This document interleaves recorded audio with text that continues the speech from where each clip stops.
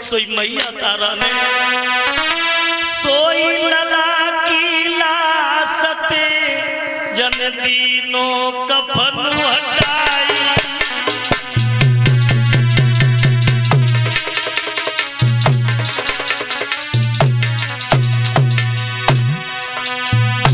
पुत्र की लाश से कफन हटा दिया।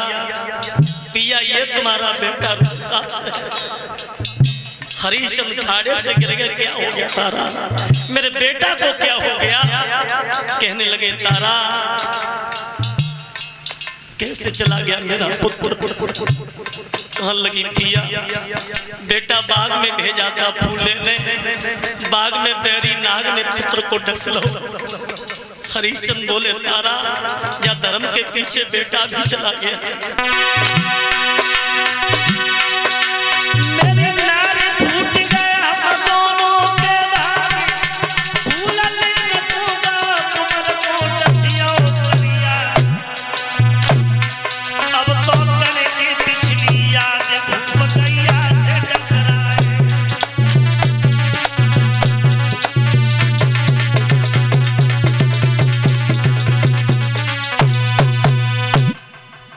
तारा पुत्र की लाश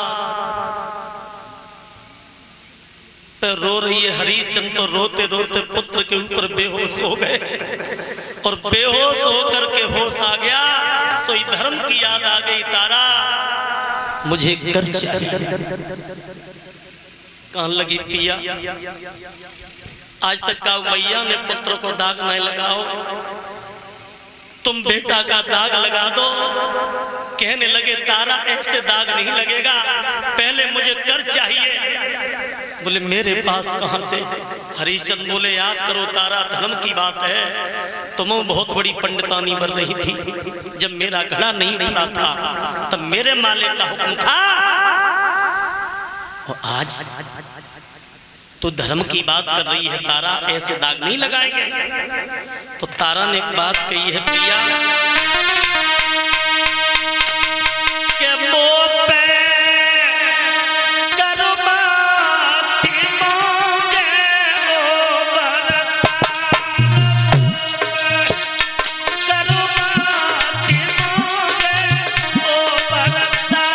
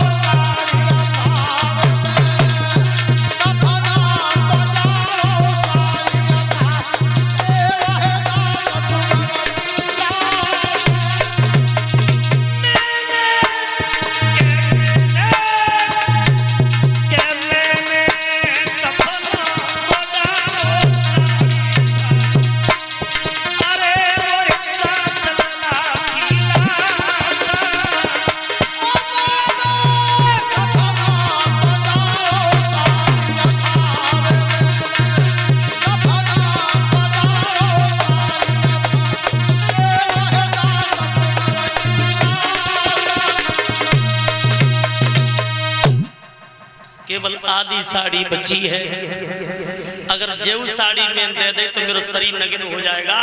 और रात में काशी के लोग कैसी कैसी बातें करेंगे। तो बोले तारा पुत्र की लाश को ले जा। सही मैया ने आधी साड़ी बची बेऊ दे दी। ओ भांते भागी पिया दाग लगा देना। वैसे तो दुख बहुत हैं, बड़े दुख हैं चार, भूमि हरण भैया मरण पुत्र शोक और नार। भूमि हरण भैया मरण, हमारी कोई जमीन ले ले, इससे बड़ा भी कोई दुख नहीं है। भैया मर जा, पुत्र मर जा, पत्नी मर जा, इससे बड़ा कोई कष्ट नहीं है। तारा भागी, लेकिन कपटी विश्वामित्र ने 2 बच्चों को कटवा करके चौराहे पे डाल दिया और आवाज लगा दी काशी के लोगों, काशी में डाहन आ गई है, डाहन।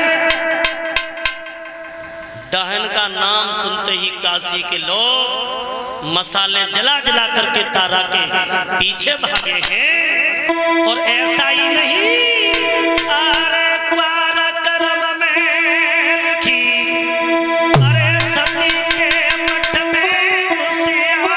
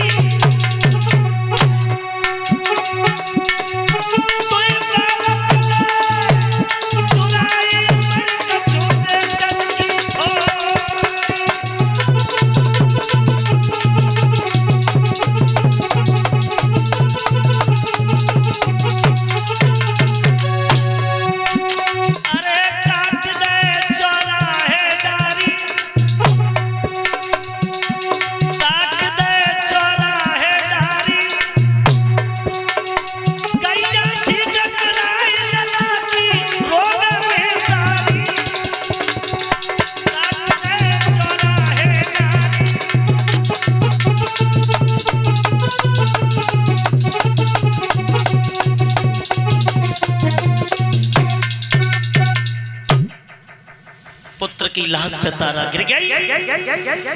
भागते भागते तारा एक मंदिर में घुस गई। मंदिर के आसपास मंदिर को लोगों ने घेर लिया और कहा कि इसमें डायन है। अरे भैया हरिश्चंद्र को मालूम पड़ा मरघट में, तो पुत्र की लाश का दाग नहीं लगा पाया, पुत्र की लाश वहीं छोड़ी, तलवार लेकर के आ गए। कालू ने कहा हरिया कोई नहीं मार सकता तेरे अलावा डायन को। सो आगे बढ़े हरिश्चंद्र। सो माताओं मैया तारा सो रही थी, सो एकदम केस पकड़ करके तारा को उठा ली। क्या तू डायन हो गई तारा? तू बच्चों को खा रही है? तारा बोली पिया हमसे बड़ी दुनिया में कोई डायन नहीं है। या माँ ने पुत्र डस लिया हो तो माँ सबसे बड़ी डायन तो मैं हूं। तलवार कही कि ये तलवार उठाओ, और अगर तुम्हारी तलवार झुक गई तो सूरवंश की झंडी झुक जाएगी।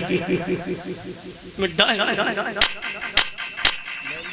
आंखों में आंसू भर के तारा ने बात कही पिया प्राणनाथ भरतार, पिया तेरी डायन बन गई नारी।